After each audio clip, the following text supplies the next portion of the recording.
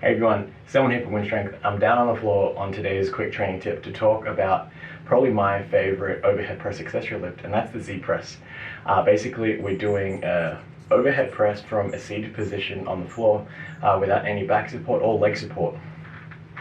So your legs are going to be as straight out in front of you as possible. I can't quite have fully straight legs just because the wall's in the way, so I just bend legs. Or you can cross your legs, whatever the case may be. The most important part is you don't have anything that you can like push your leg against, or anything that you can hook your leg against to stop you from tipping back. This is a really cool exercise because it helps you to really build up that core strength that is really crucial for an overhead press. For the most part, people's shoulders are generally stronger if you're in a seated position, especially with a supported back. You probably, given training, you could probably overhead press more from a seated position than you can from a fully standing position, and that's because you're just removing a lot of those weak links and where the energy can escape when you are standing up. Think about how far off the weight is from when you're standing with an overhead stretched position, and how much support you need along the entire length of that body, from your knees to your hips to your core to your shoulders. Whereas if you are seated with a support, you can push all of that structure into the back seat, into the back pad and the seat itself, and you pretty much just have to stabilize your shoulders. So for the most part, the shoulders aren't always going to be the weak link for a standing overhead press. It's probably going to come somewhere below the shoulders, because that's where a lot more leakage can occur, stability happens there, and it's just a lot easier to lose energy throughout anywhere below the shoulders. So what the Z press aims to do is stabilize at least the core, because you take away the ability for your legs to engage. It removes any leg drive that might be happening during overhead press. So you're really having to focus and balance on keeping your core as tight and rigid as possible without falling backwards. And I found that this has really helped me stabilize my core to the standing overhead press.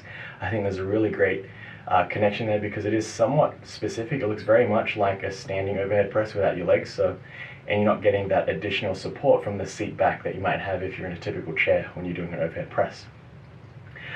So I'll do a couple of sets now. You notice a couple of things. It's going to be awkward to get into position, so keep the weights really light when you start off with. Even now, I prefer to do higher reps rather than heavier weights. So I'm looking at doing at least 8 reps, ideally 10 to 12 is kind of where I've really enjoyed doing the Z press, and that's because the goal isn't really to lift heavy weights on the Z press. It's to, again, build that rigidity and stability in the core and those little tiny muscles that help balance the body when you're standing up straight. And just having that practice of moving the body back and forth under the barbell is some more direct strength application there.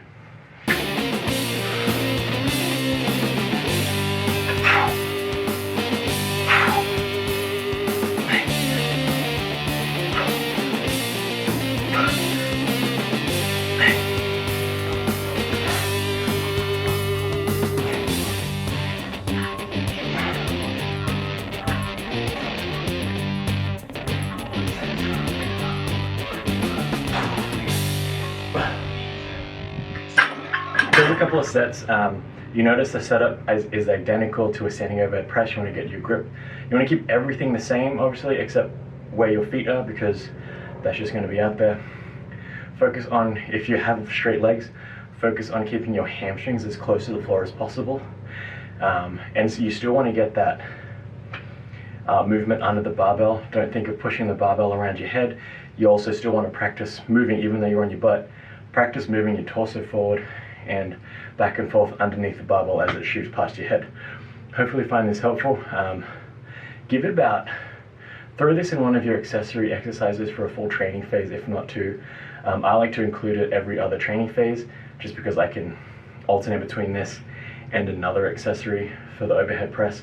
But this pretty much stays in my routine year-long alternating training phases. This has been Selwyn from WynnStrength, and remember, a better life through strength.